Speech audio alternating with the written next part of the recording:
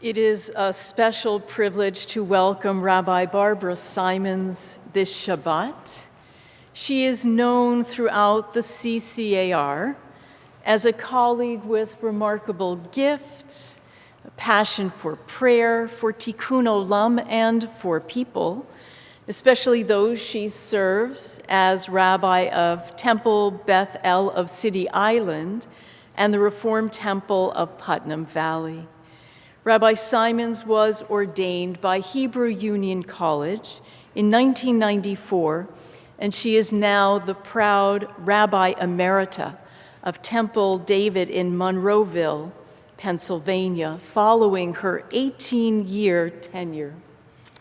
As author of Prophetic Voices Renewing and Reimagining Haftarah, we are blessed to welcome her here to Emanu-El, and this morning, to see our ancient tradition afresh through her eyes.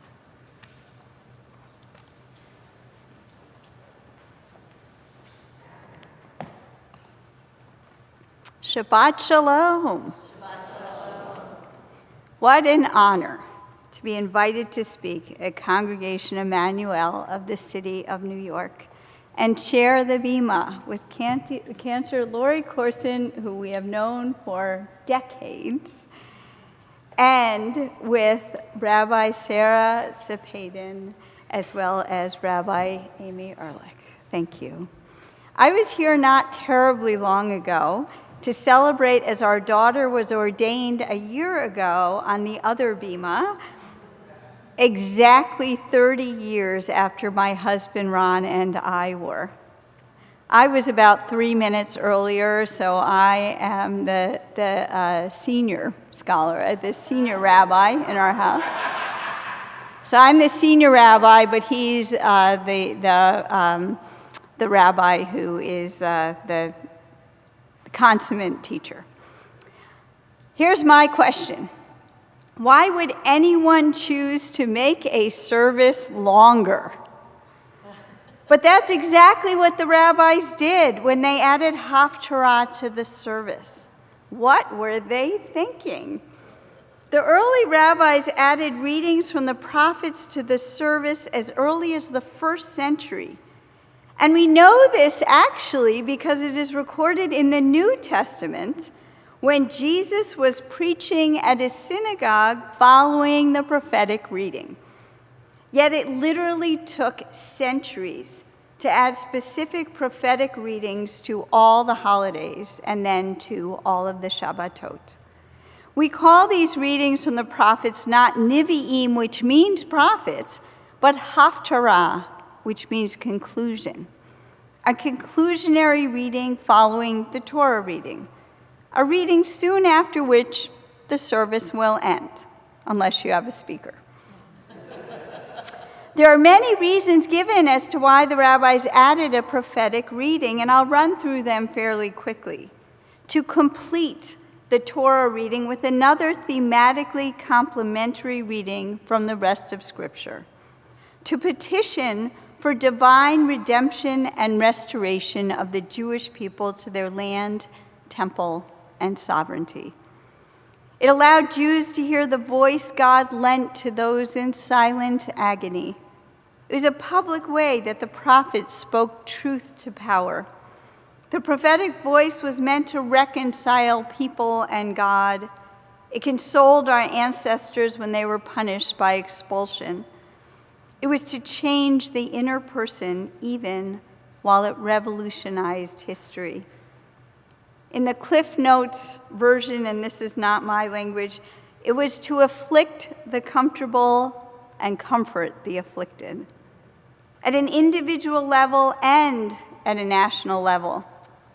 So let's set the stage for prophecy. Imagine standing up and shouting what the world needs to hear. That's what the Hebrew prophets tried to do using all of their creative juices. And that's what we need today.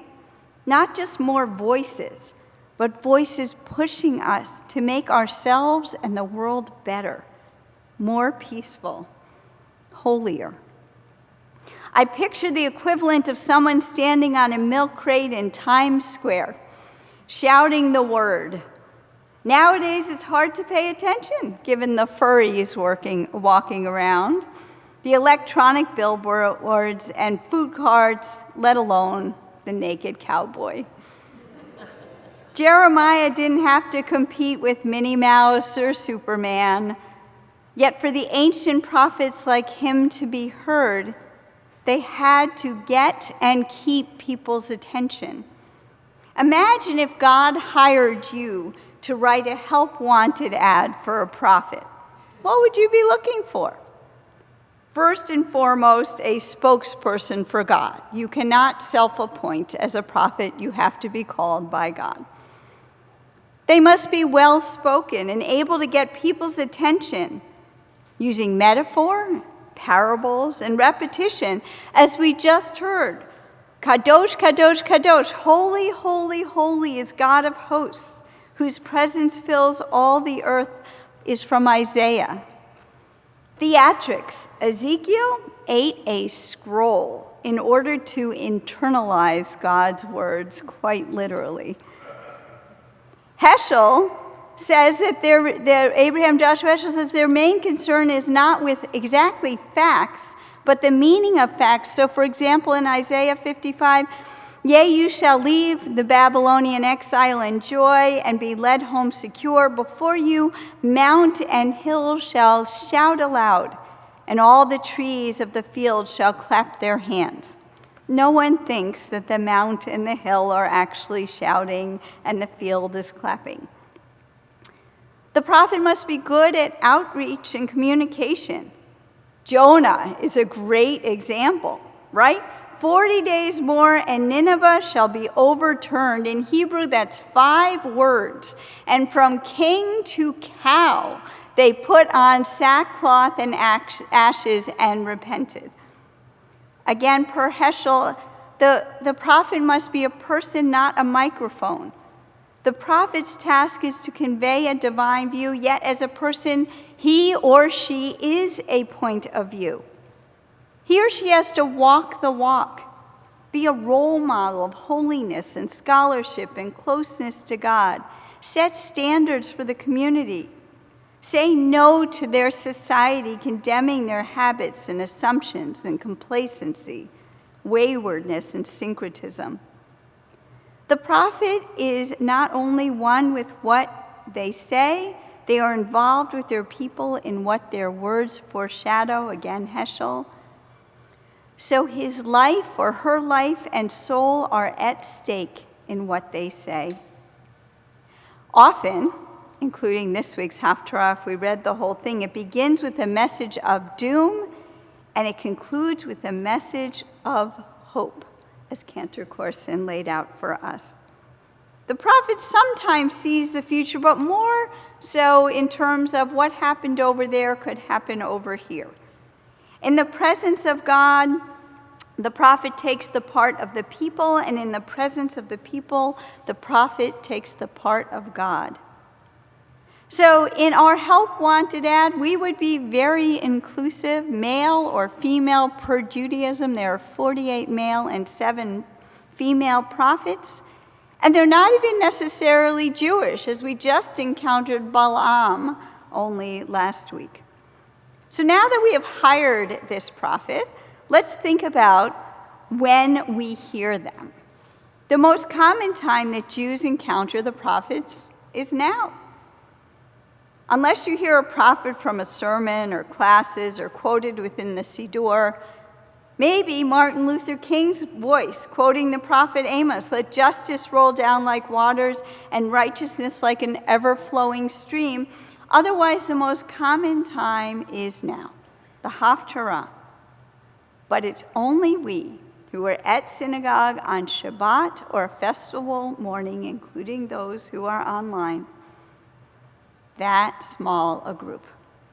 And we are trying to connect it through theme or form or time of year, but sometimes, as we're going to see, it's a stretch. The Haftarah, again, meaning conclusion or even dismissal, I'm hoping to retranslate to punctuation, that it punctuates the holiday or the Torah portion.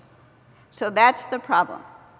Again, Cantor Corson explained a bit about this Haftarah, which rarely happens, so you get extra credit points. Usually, the Haftarah is only in Hebrew. Even in English, it's hard to understand, limited context. It may connect to a difficult part of the Torah portion or even to a part that wasn't read. Meanwhile, it could be a great connection to the Torah portion of the holiday, but it just doesn't speak to us today. It doesn't nudge us to act. If we are to live prophetic Judaism, the prophets cannot be imprisoned on the bima, even a bima as exquisite as this one. Difficult metaphors are often part of what the prophets were saying, which might have worked in their age, but not ours. Here's an example, Hosea. Remonstrate your mother, remonstrate her, for she is not my wife and I am not her husband. This is Hosea using the metaphor of God and the Jewish people. She is not my wife and I am not her husband. And let her put away her whoredom from her face and her adultery from between her breasts. Else will I strip her naked and leave her as on the day she was born, and I will make her like a wilderness, render her like desert land, and let her die of thirst. I will also disown her children, for they are now a whore's brood. Imagine a B'nai Mitzvah student reading this. Or worse, giving the honor of reading the English translation to a young cousin. Imagine a cantor or a rabbi talking about this with their student. We would be questioned, if not fired, for using such language with a 12-year-old. And yet here comes Hosea. Was Hosea's use of language and metaphor effective? Well, maybe then, but now it's hard. So I quote Reverend Dr. Renita Weems. She writes, "Why should I as a reader leave the world where I presently live, where violence against wives is unjustifiable, to inhabit a world where violence against wives is taken for granted? The marriage metaphor is useless, therefore, for shedding light on the theological question of punishment and judgment." So let's put this to the test. How did this week's Haftarah connect to the Torah portion about a zealot named Pinchas, a continuation of a story from last week? Well, it didn't. But it wasn't supposed to. It is supposed to be the lead-off Haftarah for the 10 weeks of a cycle surrounding Tisha B'Av, which remembers the destruction of the first temple in 586 BCE by the Babylonians and the destruction of the second temple in 70 CE by the Romans. For 3 weeks before Tisha B'Av, the Haftarot are labeled Haftarot of admonition. I looked it up. It means the act of admonishing, which didn't help me. It means warning. They are warning the people about the consequences of sin. A bit later in this Haftarah, we read that Jeremiah has a vision. "I see a steaming pot tipped away from the north. And Adonai said to me, from the north shall disaster break loose upon all the inhabitants of the land," meaning upon the Israelites themselves. The context is key. Jeremiah prophesied for 40 years, ending in 586, the year the temple was destroyed. He was in the south, Judea, and his vision was regarding the north, Israel, being attacked and falling to the Assyrians. In other words, he saw what was coming. Here's the thing. While the destruction of the temples and the loss of life, ensuing slavery and loss of sovereignty are tragedies in our history, I do not pray for the temple's rebuilding, and we don't find it anywhere in our Reform Siddur. I do not want to reinstate animal sacrifices. I do not want a hierarchy where us mere Israelites can't get anywhere close to the action. And I, as a woman standing on a bima of women, do not want to be left outside the gates. This Haftarah does not call to me. Plus the belief that it is because Jews sinned that God allowed first the Babylonians and then the Romans to destroy the temples is not my theology. It is too close to a victim brought it on themselves way of thinking. In the book I edited, which includes 179 contributors, which is why I can say it's such a fabulous book, Prophetic Voices Renewing and Reimagining Haftarah is its name. Rabbi Jessica K. Barlofsky connects to what Cantor Corson chanted about Jeremiah being called to prophecy as a child. No matter how old or young we are, we can find a child, a young person, who might not seem to have authority yet. Listen to them. Like the people living with Jeremiah, we have to listen to what excites, scares, and worries them about their future. We must encourage them to lead, to speak out, to help build and plant our shared world. We must learn from Jeremiah's struggles to stand together and help make a better future happen. Hers is a contemporary interpretation which calls us to action. Or what if we were able to hear other prophet-like voices calling to us, getting us to save our world? What if this was the Haftarah offered by Rabbi Barbara Rosman Pensner, albeit for a different parashah? What can they do to you? Whatever they want. This is from The Low Road by Marge Piercy. What can they do to you? Whatever they want. They can set you up. They can bust you. They can break your fingers. They can burn your brain with electricity, blur you with drugs till you can't walk, can't remember. They can take your child, wall up your lover. They can do anything you can't stop them from doing.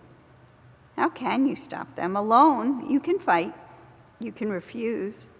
You can take what revenge you can, but they roll over you. Two people can keep each other sane, can give support, conviction, love, massage, hope, sex. Three people are a delegation, a committee, a wedge. With four, you can play bridge and start an organization. With six, you can rent a whole house, eat pie for dinner with no seconds, and hold a fundraising party. A dozen make a demonstration, 100 fill a hall. 1,000 have solidarity and your own newsletter. 10,000 power and your own paper. 100,000 your own media. 10 million your own country. It goes on one at a time. It starts when you care to act. It starts when you do it again and they say no. It starts when you say we and know who you mean. And each day you mean one more.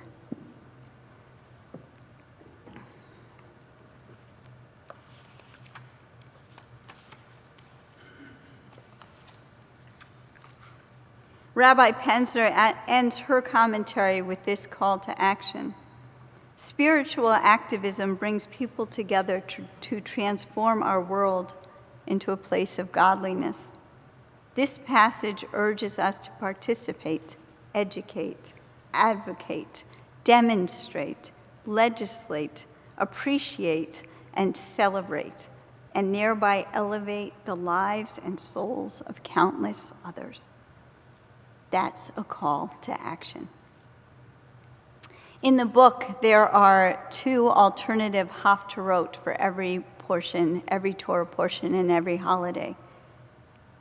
The prophets call to us, and these prophet-like voices, these alternatives, are those captured in the book, including from Maimonides to the chosen author Chaim Potok, to Justices Ruth Bader Ginsburg and Raquel Montoya Lewis, from Rabbi Joachim Prince to Elie Wiesel to Harvey Milk, from Rabbi Hillel in the 1st century to Rabbi Regina Jonas in the 20th, from poets, philosophers, judges, and playwrights. Jews, as we know, have a lot to say. Let's make it easier to listen so we can act. Shabbat Shalom.